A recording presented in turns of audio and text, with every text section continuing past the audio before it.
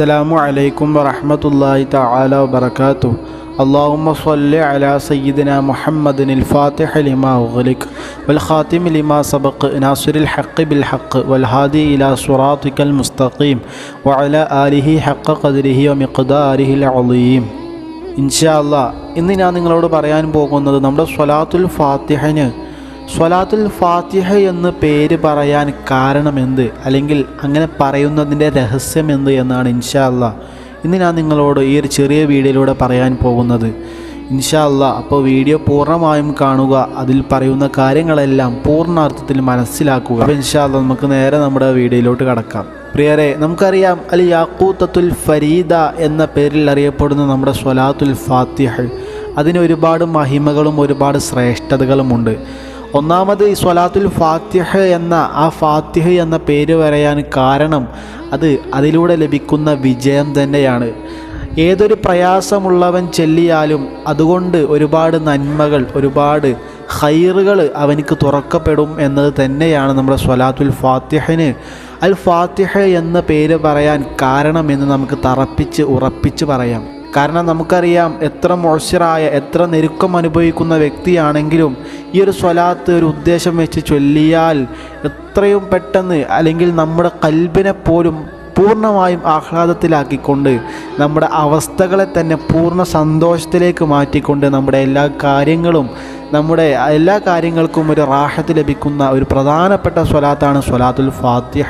അതുകൊണ്ട് തന്നെയാണ് പ്രത്യേകിച്ചും നമ്മുടെ സ്വലാത്തുൽ ഫാത്തിഹ എന്ന് പറയാൻ കാരണം.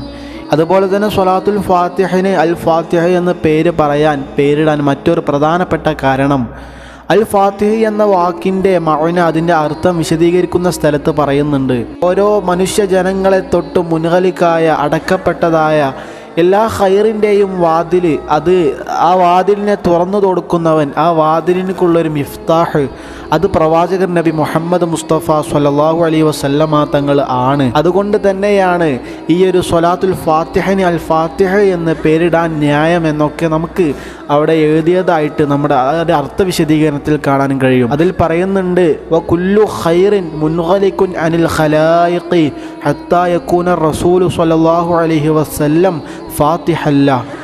ജനങ്ങളെ തൊട്ട് മുൻഖലിക്കായ, ജനങ്ങളെ തൊട്ട് അടക്കപ്പെട്ടതായ, ജനങ്ങളെ തൊട്ട് മസ്തൂറാക്കപ്പെട്ടതായ എല്ലാ ഖൈറിൻ്റെയും ഫാത്തിഹ, അത് തുറന്നു കൊടുക്കുന്നവൻ, അതിലേക്കുള്ളൊരു മിഫ്താഹ്, അത് പ്രവാചകൻ നബി മുഹമ്മദ് മുസ്തഫ സ്വല്ലല്ലാഹു അലൈഹി വസല്ലമ തങ്ങൾ ആണ് എന്ന് അൽ ഫാത്തിഹ എന്ന ആ ഒരു വാക്കിൻ്റെ മഅന വിശദീകരിക്കുന്ന സ്ഥലത്ത് നമുക്ക് കാണാൻ കഴിയും. അപ്പോൾ നമുക്ക് മനസ്സിലായി, നമ്മുടെ ഈ സ്വലാത്തുൽ ഫാത്തിഹ എന്ന് പറയാൻ കാരണം നബി സല്ലല്ലാഹു അലൈഹി വസല്ലമ തങ്ങളിലൂടെ തന്നെ നമ്മുടെ എല്ലാ ഖൈറുകളും, എല്ലാ മുൻഖലിക്കായ ഖൈറുകളും നമുക്ക് വീണ്ടെടുക്കാൻ കഴിയും എന്ന ഒരു സിറുംപാടെ ഈ ഒരു സ്വലാത്തിനിക്കുണ്ട് എന്നൊരു വിശേഷണം കൂടി ഈ ഒരു സ്വലാത്തിൽ ഒളിഞ്ഞിരിപ്പുണ്ട് എന്നൊക്കെ നമുക്ക് മനസ്സിലായി. ഇതൊന്നും ഞാൻ വെറുതെ പറയുന്നതല്ല, നിങ്ങൾ തന്നെ നിങ്ങളുടെ ജീവിതത്തിൽ ഈ ഒരു സ്വലാത്തുൽ ഫാത്തിഹ കൊണ്ട് നേടിയ നേട്ടങ്ങൾ എന്തൊക്കെയാണ് നിങ്ങൾ തന്നെ സ്വയം ജസ്റ്റ് ഒന്ന് ചിന്തിച്ച് നോക്കിയാൽ നിങ്ങൾക്ക് മനസ്സിലാക്കാൻ സാധിക്കും. എത്രയോ ആളുകൾക്ക് എത്രയോ നന്മകൾ, എത്രയോ ഖൈറായ കാര്യങ്ങൾ, എത്രയോ നടക്കാൻ ഒരിക്കലും സാധ്യതയില്ലാത്ത കാര്യങ്ങൾ വരെ ഈ സ്വലാത്തുൽ ഫാത്തിഹ മുൻനിർത്തി അതിൽ വിശ്വാസം നൽകി, അതിൽ വിശ്വാസം ഉറപ്പിച്ച് ആ ഒരു സ്വലാത്തുൽ ഫാത്തിഹ ചൊല്ലിയപ്പോൾ അവർക്ക് ആ കാര്യങ്ങളെല്ലാം നടന്നതായി നമുക്ക് എത്രയോ കേൾക്കാനും എത്രയോ പറയാനും ഉണ്ടാകും. അപ്പോൾ നിങ്ങൾക്ക് മനസ്സിലായല്ലോ, എല്ലാ ഖൈറുകളും അത് നമ്മുടെ സ്വലാത്തുൽ ഫാത്തിഹയുടെ കൈവരിക്കാൻ, അതിലൂടെ നമുക്ക് നേടിയെടുക്കാൻ കഴിയും. ഇൻഷാ അല്ലാഹ്. അല്ലാഹു സുബ്ഹാനഹു വ തആല നമുക്ക് ഒരുപാട് ചൊല്ലാൻ തൗഫീഖ് നൽകട്ടെ. ആമീൻ യാ റബ്ബൽ ആലമീൻ.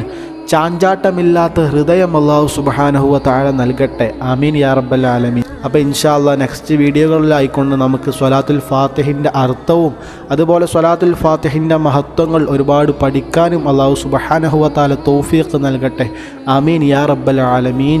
ഇൻഷാ അല്ലാഹ് ഇതുപോലത്തെ നല്ല അടിപൊളി ഇസ്ലാമിക വീഡിയോസുമായി നമുക്ക് നെക്സ്റ്റ് വീഡിയോയിൽ കാണാം.